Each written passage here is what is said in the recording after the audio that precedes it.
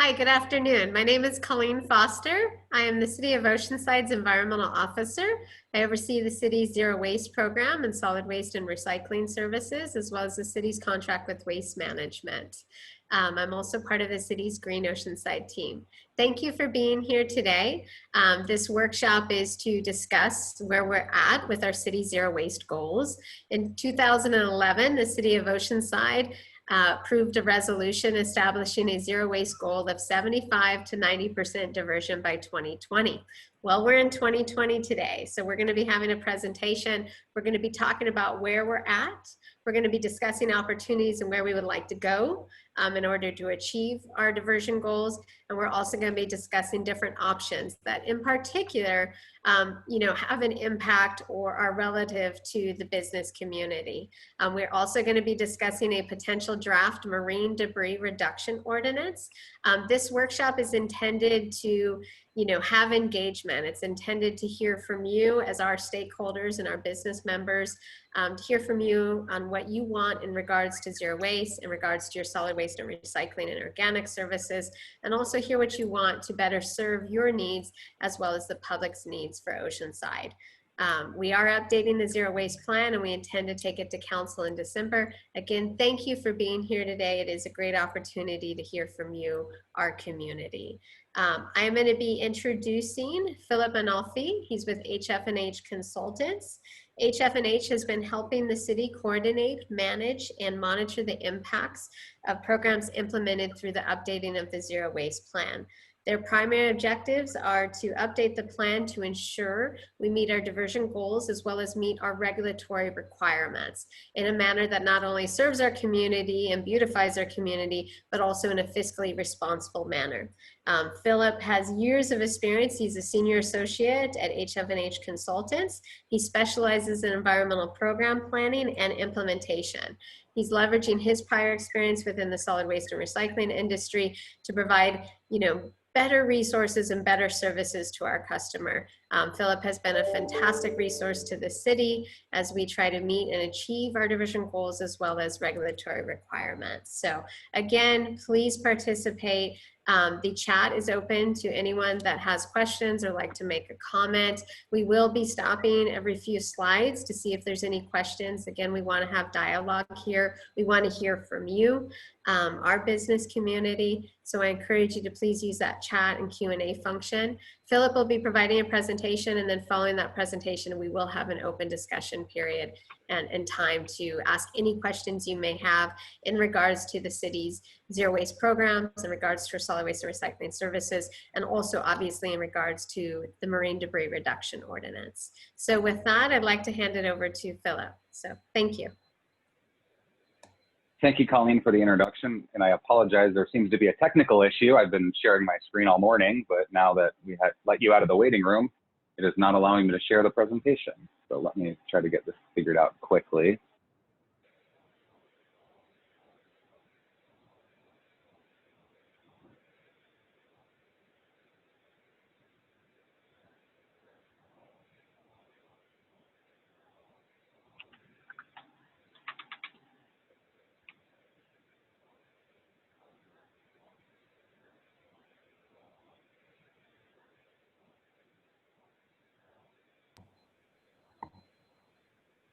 And in the meantime, if you can actually identify yourself in the chat feature, let us know who you are and who you represent in Oceanside, what your business is, or if you're a resident.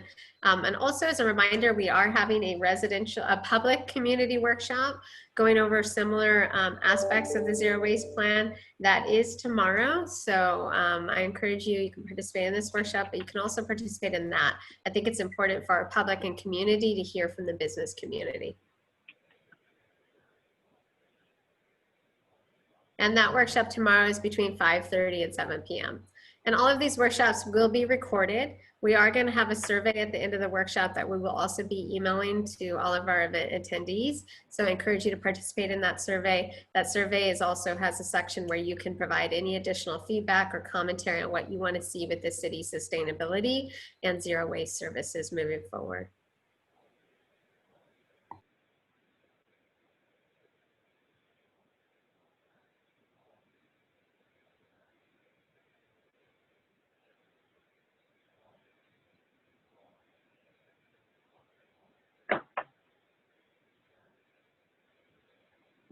Great.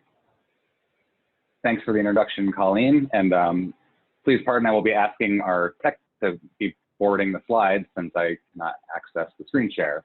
So Annika, if you could go to the next slide, please. So for today's meeting, as Colleen had mentioned, we want to go over the purposes and goals of not only this workshop, but the city's zero waste plan and the RFP process. We'll start with a regulatory recap, and we'll talk through what's required by the new state legislation, particularly SB 1383, which mandates organics recycling as well as other recycling programs. Then we'll talk about the city's zero waste plan and how the city is going to align that with the SB 1383 regulations and the RFP process. And as part of that, we'll also be examining the marine debris ordinance, reduction ordinance, and we'll be seeking some input from you as business owners as how you'd like that to be implemented. And then we'll talk about service enhancements that you can expect as the city moves forward to comply with this legislation and the zero waste plan. And finally, we'll allow questions and answers at the end.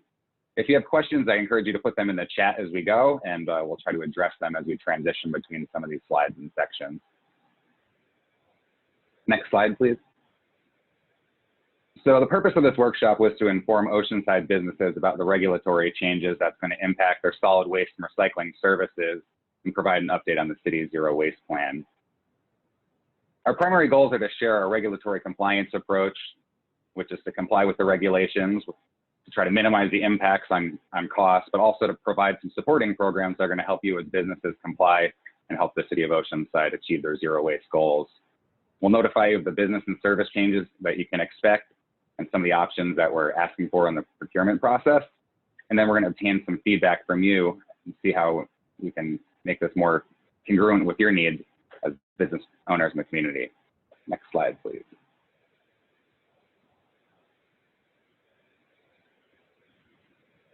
Next slide. Thank you. So historically, we had AB 341, which was the first major recycling legislation, which was signed in 2011 and came in 2012 for businesses. And that was mandatory commercial recycling, and it was only for a subset of commercial businesses. It was not all of them. It was based on your cubic yards of generation. In 2014, they signed Assembly Bill 1826, which came into practice in 2016, was effective, and that was mandatory commercial organics recycling. And again, that applied to commercial businesses and multifamily properties with 5 or more units, requiring them to recycle organics. In the commercial sector, it included green waste and food waste, but in the multifamily sector, it was only green waste. And those thresholds actually are just changing right now. So if you have 2 cubic yards of total generation, then, and you're a multifamily with 5 or more units or a commercial business, you're subject to 1826 and mandatory commercial organics. Click, please. And in 2017, back one, please. Governor Brown signed Senate Bill 1383, which is mandatory organics for everyone, including residents, which is a change, and also businesses that generate smaller volumes of organic or solid waste. Can you click the next slide, please? So why target organics? This is a waste characterization of the state's disposal stream, so what's going into the landfills. And if you look on the right side of the big blue box, you can see that organic waste, such as yard clippings and wood waste, is 34% of the stream. And then below that, you also see paper, and of that 17%, about half's compostable. So you're looking at about 41% statewide of what's going into the landfill is either food or green waste, things that can be composted. Next slide, please. So while organics is a large portion of the disposal, it also creates quite a bit of methane, which is a greenhouse gas and pollutant that has a heat trapping effect 80 times greater than carbon dioxide. And CalRecycle and the state Senate identified this as a huge issue because California is the 3rd largest methane producer in the entire world, behind China and the rest of the United States. Next slide, please. So the Senate bill requires a 50% reduction in landfill organic waste by 2020. And that has not happened. AB 1826 made some progress on that, but the regulations are still being finalized and will take effect in 2022. In 2024, local enforcement actions commence, and the state can also fine the jurisdiction or the city. By 2025, the goal is a 75% reduction in landfill organic waste and a 20% recovery of edible food that's currently disposed for human consumption. It's important to note that these are statewide goals. They're not put on any specific jurisdiction. In the past, we've had that mechanism of a 50% diversion placed on a city, and it gave the city some options in terms of programming. But under 1383, because they cannot give you a percentage target and let you choose programs on your own, they have programmatic requirements, and they're very prescriptive as to what may be done. Next slide, please. So 1383 is regarded as a shared responsibility bill, but ultimately the jurisdiction or the city of Oceanside will be responsible for the compliance of all organic waste generators. So they'll need to provide organics collection to all residents and businesses, as well as recyclable collection. They'll have to adopt enforceable ordinances and mechanisms as they're responsible for your compliance. They couldn't mandate it without establishing a legal authority through ordinances. They'll also be responsible for providing education, performing inspections to ensure you're complying, and enforcing non-compliant generators. And finally, the city will have to establish edible food recovery programs, which include educating generators and inspecting commercial edible food generators. And the city's already made great progress with the Green Oceanside Kitchen, but there's still some programmatic requirements that are detailed within the law, and we'll talk about those coming up. Next slide, please. So the deadlines for the city to start taking enforcement action against commercial businesses or residents begins January 1, 2024. So from 2022 to 2024, they're responsible for educating generators, and then they'll be responsible for fining or issuing penalties to those who do not comply. As I had mentioned, the city is ultimately responsible for the compliance of all generators, and they can be subject of up to $10,000 fines per day for non-compliance. So the city needs to follow through with these programs to make sure that they're not absorbing fines. And in 2024, they're going to expand their inspection of commercial edible food generators, and we'll define commercial edible food generators and talk about that program and expansion on the coming slides. Next slide, please. So what is a commercial business? A commercial business is a firm, partnership, proprietorship, joint stock company, corporation, or association, both profit or nonprofits, strip malls, industrial facilities, or multifamily residential dwellings with 5 or more units. So if you're a multifamily property with less than 5 units, you are not considered a commercial business.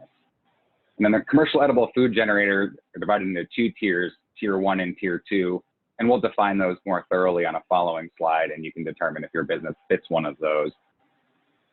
But ultimately, what you need to know is tier 1 is edible food generators that are shelf-stable foods, and then tier 2 is where it starts migrating into prepared foods, which has more safety concerns and refrigeration.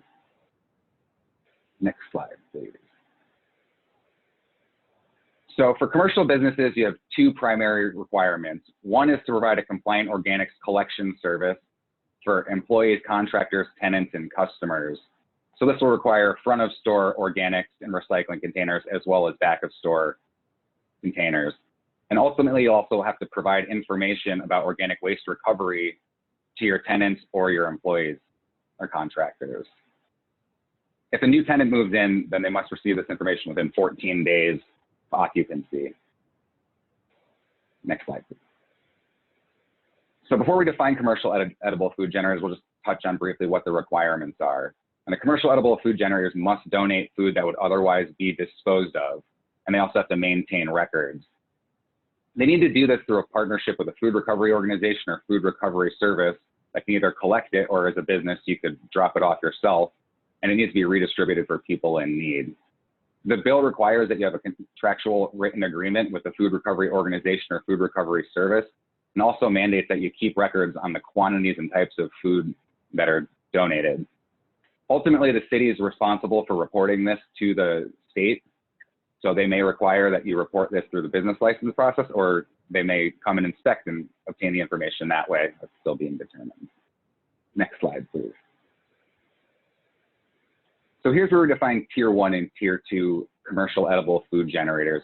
As I had mentioned, tier 1's the shelf-stable foods, so large supermarkets, grocery stores that are over 7,500 square feet, a food service distributor, or a wholesale food market. Tier 2 is, again, the prepared food, so you start moving into the restaurants, and that's only applicable if you have 250 seats or more, or 5,000 square feet. Hotels with on-site food and 200 plus rooms also are qualified as tier 2. There's health facilities with on-site food and 100 plus beds, large venues or events, state agencies with cafeterias with 250 or more seats, which likely won't apply to the community's businesses, and then local education facilities with on-site facility food.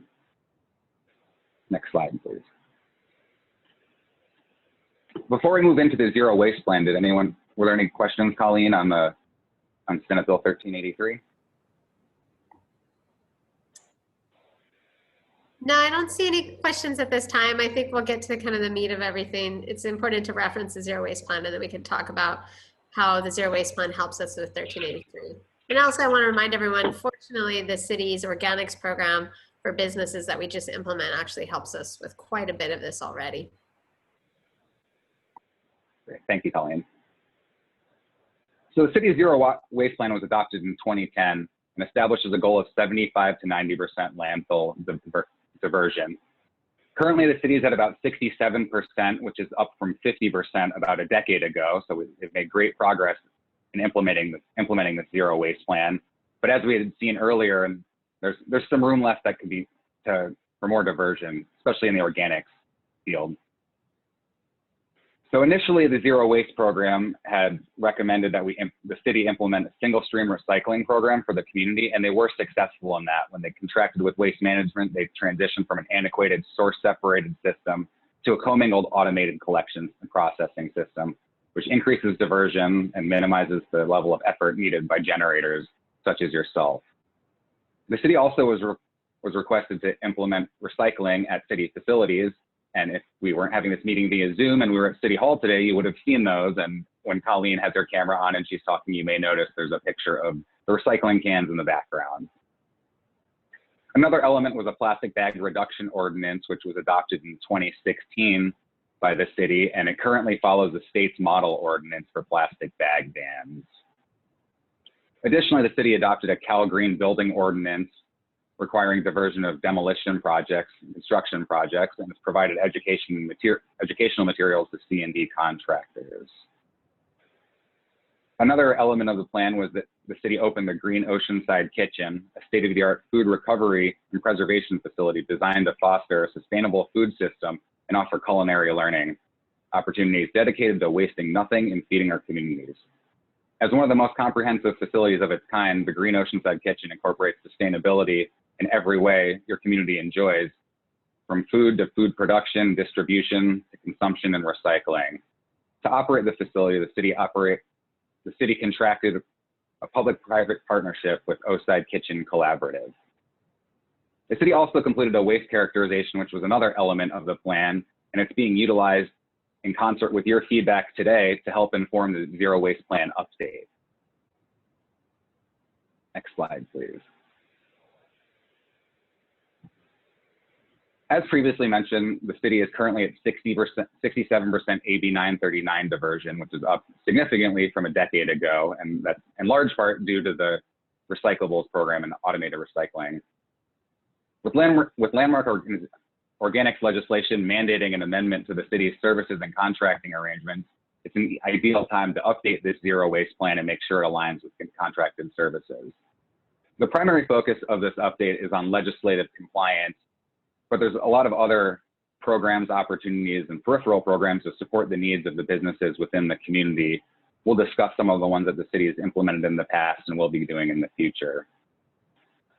On the coming slides, we're going to detail the state mandated programs and discuss the marine debris reduction ordinance, which was also identified as critical to the city's zero waste program. And there's a couple other programs we're not going to go into detail, but they're worth noting.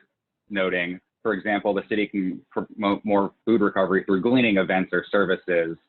They could implement collection vehicle signage through their franchise procurement to have recycling messaging on the side of the trash trucks that you see going through your neighborhoods.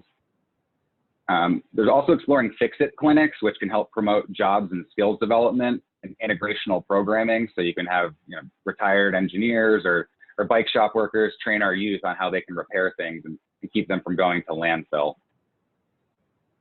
Next slide, please. So here's an overview of the zero waste update process.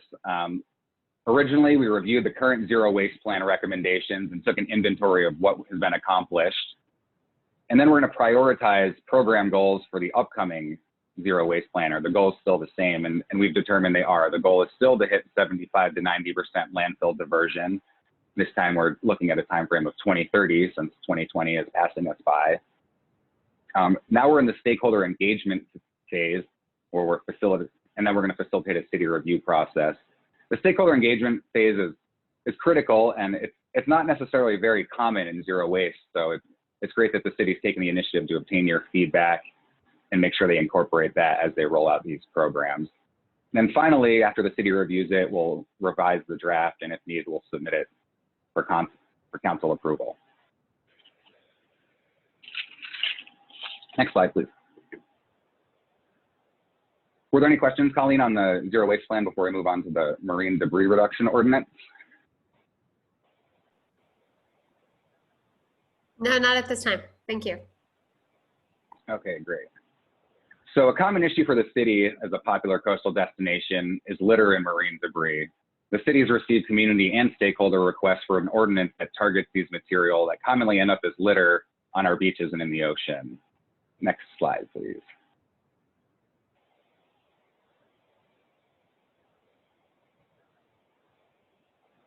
There's our. So what is being targeted? The most common types of litter found are polystyrene and single-use utensils. Polystyrene is particularly problematic as it breaks into small pieces, which makes it extremely difficult to clean when it's not discarded appropriately. I'm sure you've seen the broken down coolers as you walk across beaches. In the event that these pollutants are properly captured in the waste stream, they still pose significant challenges. Polystyrene and single-use utensils are difficult to recycle, and they're not accepted by a large quantity of the recycling facilities, and your current contractor does not accept them, so they do not get recycled. And this isn't unique to the city of Oceanside. Polystyrene contaminates even the most robust recycling programs globally, and it's been identified as a huge issue. The goal is to align the materials provided with by businesses with those that are accepted in the city's recycling program to make sure that we're reducing landfill methane generation. We're also hoping to provide clarity for residents and visitors onto what the recycling program can receive, while supporting the waste hauler and processing facilities by reducing the contaminants that they're receiving in these collection streams. Next slide, please. So what items are we looking at banning under the ordinance? And it's disposable food serviceware such as cups, plates, and containers that are made of polystyrene. Next slide, please. What is not being banned is accessory food serviceware such as straws, stirrers, and utensils. Instead, these are going to be provided to customers upon request. And this isn't a monumental shift from the automatic provision of straws that we currently see, as that was prohibited in 2019 by Assembly Bill 1884. Next slide, please. So instead of polystyrene, food serviceware must be reusable or compostable or recyclable. And within the ordinance, there are some provisions for a waiver if there's financial hardship or there's no alternative to the products you're currently using that are feasible for use. And those would have to be examined on a case-by-case basis. Next slide, please. So who would have to comply with the ordinance? Restaurants, food trucks and fast food establishments, coffee shops and cafes, and hotels and lodging facilities are the primary targets of the ordinance. Next slide, please. So right now the city is evaluating two options for implementation. One of them is to begin implementation July 1, 2021, and that would start with voluntary compliance, where the city is educating businesses and generators within the community. And then a year later, the polystyrene food serviceware would be prohibited, and primary food serviceware must be reusable, recyclable, or compostable. And finally, in the third year, accessory food serviceware would be provided only upon request. The second option follows a similar three-prong approach, but the initial implementation date would not be July 1, 2021. It would be 6 months post-COVID. And since that would be a later starting point, we'd have to expedite the implementation. So then there would be 6 months between the 3 phases instead of a year. So it wouldn't be a 3-year implementation, it would be 18 months. The benefit of the expedited implementation is it takes less city resources, and it'll be a more expedited learning curve for the businesses. So it'll take less engagement from you over a 3-year period, and there'll be a shorter, steeper learning curve, but you won't have to be doing it for 3 years. Next slide, please. And I'll add, we'll be seeking input for that at the end of the presentation and via the survey. So please feel free to fill out a survey and give us your input. So now we're going to talk about the service enhancements. Go to the next slide, please. And this is what you can expect. So you're going to be getting organics collection service and enforcement, and we'll also be investigating your recycling and ensuring that you comply with that. You know, next slide, please. We already covered most of this. So this is your primary change. It's going to be the organics. And a lot of you probably have organics, as the city under AB 1826 has begun rolling out the programs. Currently, Waste Management is providing organics collection service to businesses in Oceanside, but their current franchise agreement expires December 31st, 2023. And the city is going to be going to a competitive procurement to determine who the next service provider will be. As I had mentioned, the city is already providing expanded commercial organics through AB 1826. Next slide, please. So why, back one, please. So why RFP? So a competitive procurement is going to ensure that the city is receiving the best value for the services, for collection, processing, and disposal services. The market, by going to the open market, will get an evaluation of all the different options and pricing from different vendors, and the city ensures the city gets the best bang for their buck. The new agreement is going to have more specific SB 1383 requirements, and we'll go over some of those in the coming slides. It also is going to mandate that organics collection, yard trimmings, and food waste for all businesses and residents, which is an expansion where currently food is not required of all residents. Next slide, please. So under the RFP, we're evaluating a few options. You're required to have solid waste, recycling, and organics per the legislation, but there are multiple compliance pathways for the organics. So you can have commingled organics, which would be if you had these first 3 containers, the gray, the blue, and the green, and the commingled organics would be putting yard waste and food waste within the same container. Additionally, since different haulers and processors have different capabilities, we're looking at what would happen if there was a 4-container system and giving them the option where your green container would then not contain food waste. It would only be your yard trimmings, and you would have a 4th container, which would be a brown container for food scraps. And by allowing the proposers to propose on these multiple options, they can use the facilities that they've already built, and hopefully they can provide the lowest cost service within the programs that they currently offer. Next slide, please. So the city, one of the requirements for them under 1383 is that they monitor for contaminants. So residents and businesses will be required to properly sort their trash, and the franchise hauler will be monitoring contamination notes and potentially issuing surcharges for repeat offenders. And the goal here is not to be punitive and start charging all the businesses. The goal is to affect behavior change. And there's going to be elements of training that go along with this to ensure that you're receiving the support you need as businesses. Additionally, there'll be required educational noticing beyond the training that annually will provide you with further information on how the programs work and how you can participate successfully. Next slide, please. So currently, the city is providing technical assistance to businesses through their franchise hauler Waste Management, who has sub-consulted SCS engineers, and these site visits began in 2019.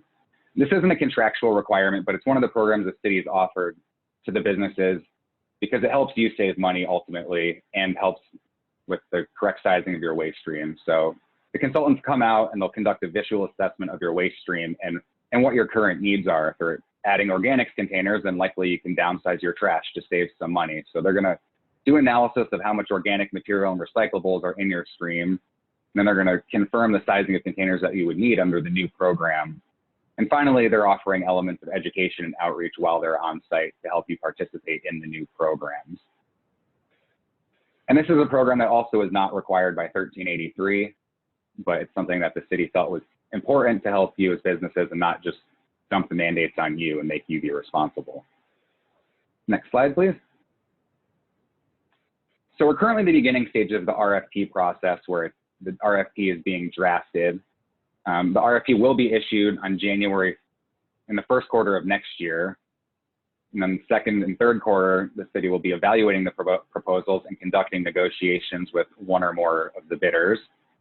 And then they will submit the recommendation to council in December of 2021. And that services will not commence until January 1st of 2024 because your current contract does not end until December 31st, 2023. Next slide, please. And before we jump into questions, comments, and concern, I want to point out again that the city does have a survey that they'd like you to fill out so we can obtain your input and incorporate it into the zero waste planning. So if you could go to surveymonkey.com/r/PWDCRJC and fill out the survey, that would be great. It's brief, it'll take less than 3 or 4 minutes. And we will be distributing the link to you as well after this presentation. So you don't have to write this down now if you don't have a pen handy. Thank you so much, Philip. That was quite a bit of an overview of a lot of information. Again, we are going to be emailing out the survey to our business community. We're also going to be emailing it in partnership with Main Street and the Chamber. They have been phenomenal in getting information out to the community. So really this opens it up for questions. You can unmute yourself and openly ask the question, or you can add it into the chat box. I am pretty proud of our city. We've done a lot of great things over almost the past 10 years. One of the things that I don't think was mentioned, prior to passing our zero waste resolution and plan, we were in the mid 50 percentile range. Automatically with a lot of our programs, including the Zero Waste Schools program, including our recycling and Green Oceanside Business Network program, we have been able to get to that higher 67 and 68% range. And then ultimately, I also want to mention, we are rolling out the commercial food scraps program. Upon completion of rolling that out, we'll probably start to hit our 70 percentile range. So ultimately, this plan is to continue with these successes, to support our community, and then really to focus on just meeting minimal compliance for the state. But again, lots of information. Do we have any questions? So I see another point in the chat box. I think we just have the link to the survey. I want to make sure also the business community, if anyone has any questions on the marine debris reduction ordinance. A little bit of background on that is we've had a lot of stakeholders over the past 2 to 3 years push the city to pass some sort of policy or ordinance limiting the use of single-use materials. We were very successful in regards to the plastic bag ban prior to the state bag ban. The state then passed recently a straws upon request mandate across the state. So we've been supporting that effort. And now we're being asked to come back to City Council with a draft marine debris ordinance. And if you can't unmute yourself, you can go ahead and type it in the chat and I'll facilitate those questions.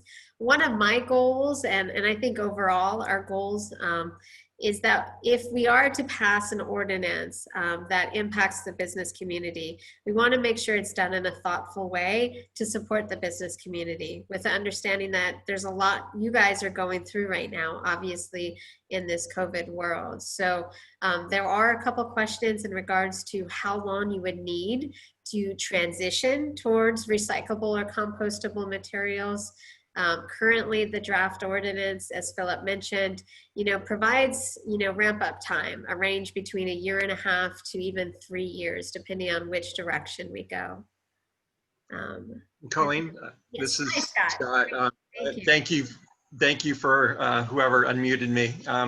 So I do, it's more of input than a question. Is this the appropriate time for that? Yes, this is the perfect time for that. So I did reach out to some of our restaurants on this, and I think most of our restaurants want to be supportive of moving away from polystyrenes, but timing is really the issue. So if you look at the governor's plan, there is no plan for full reopening of indoor dining. So takeout has been really key to the survival of our restaurants, and to cut into that margin right now could be really detrimental. So I think the important thing is to consider the timing of this, and maybe take into consideration lifting of any COVID related mandates and getting back to full indoor dining capacity. Thank you. I appreciate that. Excellent comment. We'll definitely take that into consideration, because we have been kind of balancing between two options. Essentially an option of implementing an ordinance that would come effective January 1st of 2022. And then essentially it would start a year-long education process, voluntary compliance, education, and outreach. And then essentially January 1st of 2021 would be the implementation of the ordinance, and that would focus on a year of education.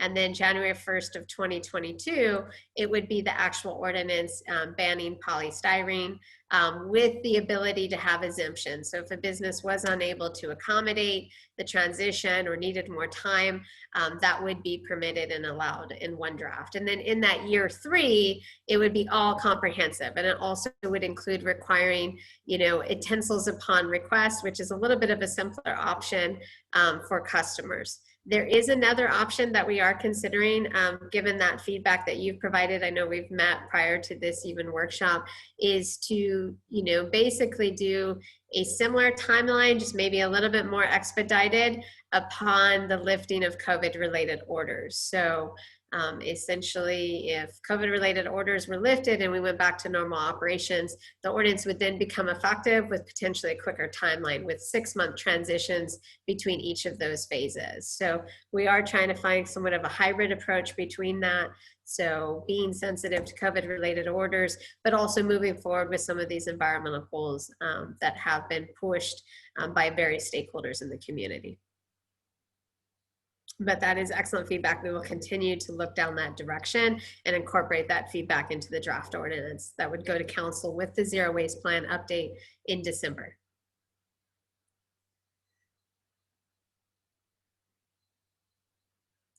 Is there any other questions or comments? I know we've had a lot of interactions recently for, business and food scraps. The rollout of that program has been extremely successful.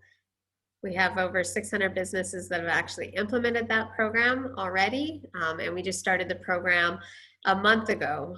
So it's pretty exciting to see the businesses get set up for food scraps and actually right-size for food scraps. We've seen a lot of businesses right-size and downsize their services so that they're actually able to add food scraps recycling, but also actually save on their overall waste bill, because we've worked with them to reduce their landfill services. One of the things that's really important to myself, my team, and my leadership and our city council is that, yes, there are regulations, yes, there are mandates, and also we acknowledge the environmental goals for environmental stewardship and protection, but we're trying to do this in a way that also makes economic sense. So you have mutual benefits for the community, the environment, as well as our economic recovery out of COVID.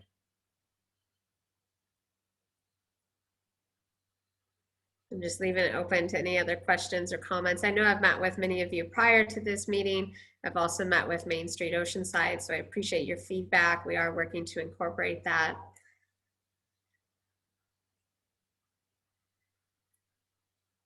I guess someone needs help with unmuting. Can someone unmute Rick Wright? I think Annika, you have control. Can you hear me now? Hey guys, this is Gumara with Main Street Oceanside. Yeah, we did talk about a few things coming last week, and one of the things that I think is going to be becoming very common is the sharing program with this food scraps. Is that going to be impacted because of this ordinance, or how is that going to be? Is that something that you guys are exploring outside of our downtown, I guess? So are you talking about sharing of services or something like that? I know we just met last Friday and did a whole walk through downtown. Are you talking about like a cooperative buying program? Correct. Yeah. Okay, great.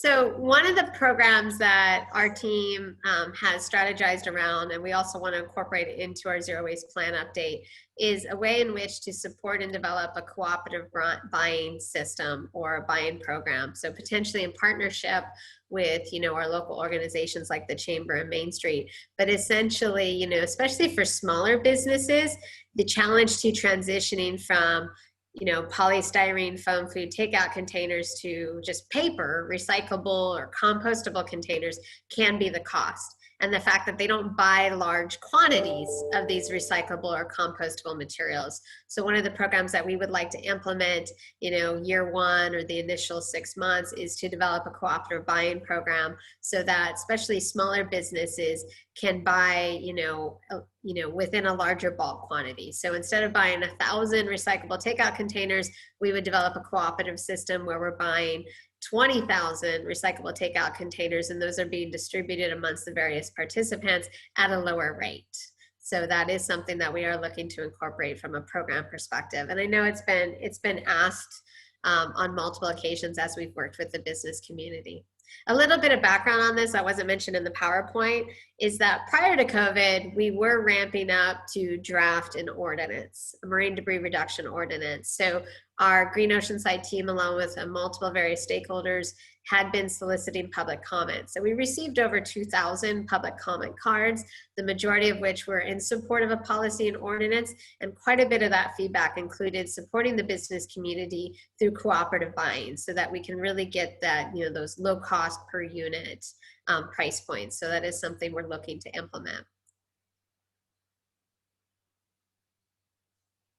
Thank you. Excellent question. Appreciate it, Kumar.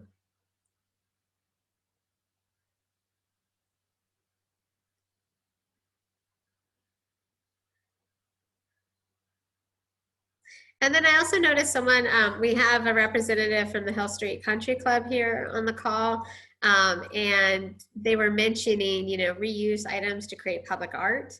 The zero waste plan update, we plan to include programming to support a reuse economy and market. So not just through donation weeks, but, you know, through events and through, you know, advertorials, we look to support the local reuse economy and also look to support how that can be integrated into art, because there's a lot of opportunity there and actually cost savings there. Again, landfilling is the last thing we want to do. It can be the most costly thing that we do. So ultimately, our zero waste plan update, it's not just a simple reduce, reuse, recycle. Our zero waste plan update is really going to be focused on, you know, obviously waste prevention, reduction, but also reuse and repair. We want to hold repair events. We want to work with, you know, intergenerational groups. So get our seniors out there in the community who are retired engineers and have them teach our youth or at-risk youth on how they can repair things and how they can develop job skills around that. So reuse and repair is an extremely important component of zero waste, and that comes prior to even considering recycling or composting. And if anyone else is having trouble with muting or unmuting, just go ahead and mention in the chat box.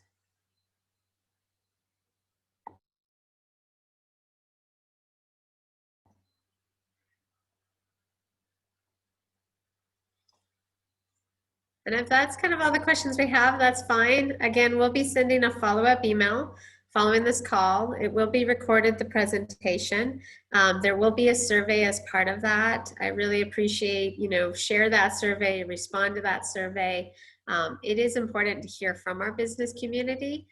Tomorrow we do have that public community workshop tomorrow evening from 5:30 to 7. We have quite a few attendees already registered from the public.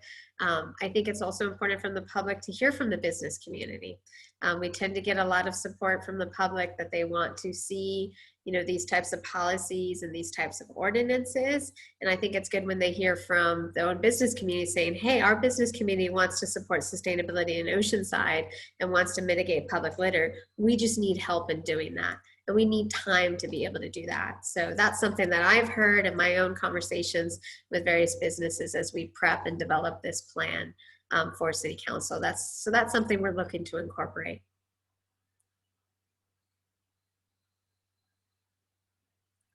So I guess we can end early. So if there's no other questions, that's fine. Please feel free to email Green Oceanside anytime you have questions or comments. Green Oceanside at oceansideca.org. You can also visit greenoceanside.org. We've got an events page there. We have a lot of various resources. But thank you again for being here today. We really appreciate your participation and your support. And congratulations, we've done a phenomenal job here in Oceanside. We're one of the first cities to adopt zero waste. And I'm very proud to say that our zero waste strategies have not just benefited our community from an environmental health perspective, but also have really benefited our community in an economic development way. We have a cleaner and beautiful city because of what we're doing for sustainability, zero waste, and climate action. So thank you.